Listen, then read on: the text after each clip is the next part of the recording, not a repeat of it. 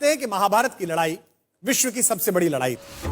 अर्जुन जब कर्ण जैसे महारथी और दुर्योधन जैसे महाबली की सेना को पराजित करने के बाद महाभारत का विजेता बन गया, तो उसे लगने लगा कि ये तो उसका निजी पराक्रम है, उसके बाणों में बल है, पुरुषार्थ है। अर्जुन मन ही मन इस बात पर इठलाते हुए अपने रथ पर सवार होकर युद्ध भूमि से लौट रहा था। जब अपने शिविर के आखिर में पहुंच गए तो उसके रथ पर बैठे हुए मधुसूदन सारथी भगवान श्री कृष्ण ने कहा, पार्थ, रथ से नीचे उतर जाओ। उसने श्री कृष्ण से कहा कि माधव, आप सारथी, आप उतर जाइए, मैं भी उतर जाऊंगा। श्री कृष्ण ने कहा, नहीं मित्र, तुमसे कह रहा हूं, तुम पहले नीचे उतर जाओ।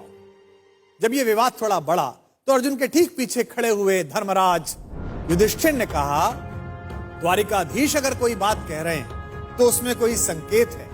अर्जुन को कुछ समझ तो आया नहीं। भ्रकुटी पर ताव देकर थोड़े अनमने भाव से अर्जुन रथ से नीचे उतर गया। अर्जुन के नीचे उतरने के बाद सब लोग जाने लगे तो कृष्ण जैसे ही रथ के नीचे उतरे,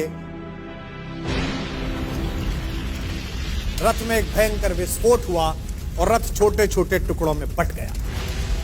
विजय का सिंहासन सामने देख रहा था जो अर्जुन, जिसके सिर पर विजय का ताज था, उस अर्जुन ने पलट कर देखा तो माधव मुस्कुरा रहे थे और रथ जल रहा था। अब उसे यह तो समझ में आ गया कि उसके सखा श्री कृष्ण ने उसे रथ से नीचे उतरने के लिए क्यों कहा, और उसे विस्फोट का कारण अब भी समझ में नहीं आया था। अब उसने विनम्र भाव से अहंकार का तिरोहन करते हुए माधव से पूछा कि माधव, यह क्या लीला है? कृष्ण ने मुस्कुराते हुए उत्तर दिया कि पार्थ, युद्ध के इस दौरान इस रथ पर कई दिव्य शक्तियों का प्रयोग हुआ। तुम पर जिन घातक अस्त्रों का प्रयोग हुआ उसका बचा हुआ असर भी इस रथ पर था जिस पर हम सवार थे।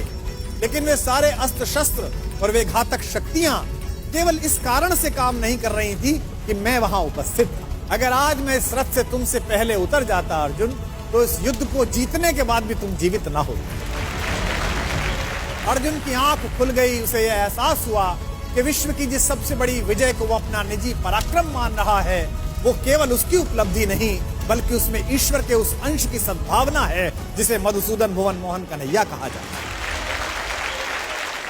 ये कथा ये बताती है कि सिद्धियों के मद में खुद को इतना शक्तिशाली मत समझो कि जिन्होंने हमें सिद्धियां दी हैं उन्हीं को आप आंखें दिखाने लगो। याद रखिएगा, आपकी प्रत्येक सफलता के पीछे कृष्ण जैसे ऐसे असंख्य लोग हैं जिनकी चुपचाप और अदृश्य शुभकामनाओं के कारण आप इस विजय रथ पर सवार हुए। जब भी आपको यह लगने लगे कि आपने ये ऐतिहासिक उपलब्धि स्वयं की बुद्धि शक्ति के कारण पाली है, तो बस उन लोगों के बारे में सोचिए जिनके सहयोग के बिना आपकी यात्रा इतनी आसान न होती।